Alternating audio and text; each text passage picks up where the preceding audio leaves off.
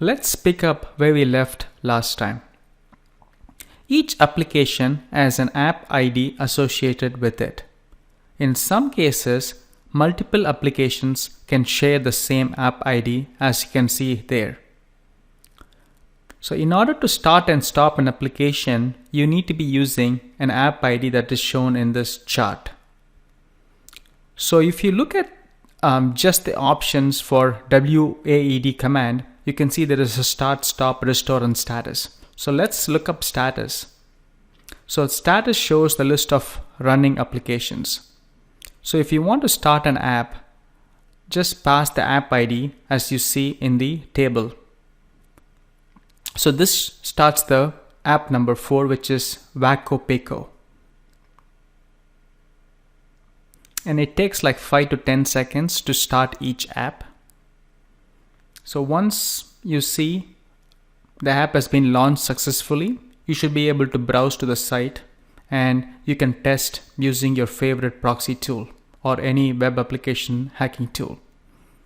And now if you run status, you can see the app ID 4 is running. So let's now start app ID 6. So 6 is a WebGoat. And you can go to the browser and click on the link which points to WebGoat.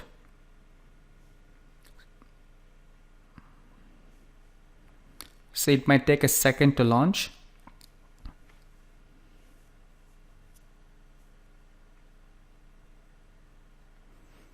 So there you go.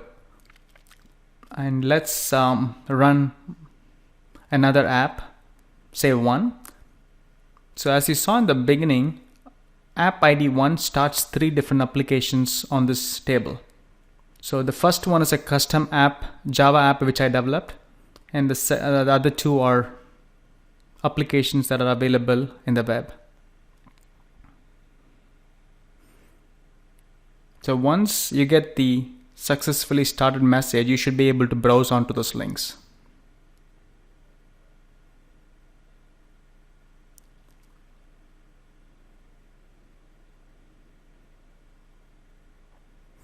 So now if you look at status, you should see multiple apps running.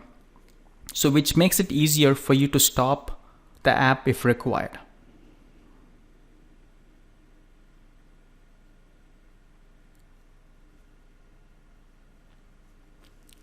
So you can also stop the apps by using the stop command and passing in the ID.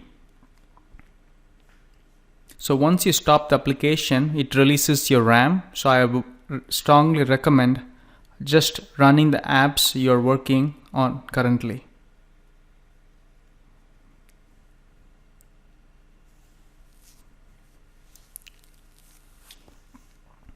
So now the 4 should be not running. And then there's another option to restore. Let's say you work on an app and you make multiple changes and you want to restore to the initial state. You can use the restore command, which will set the application to its initial state. That's all I wanted to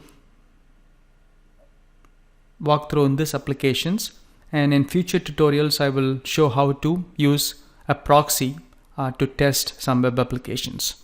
Thanks again for your time.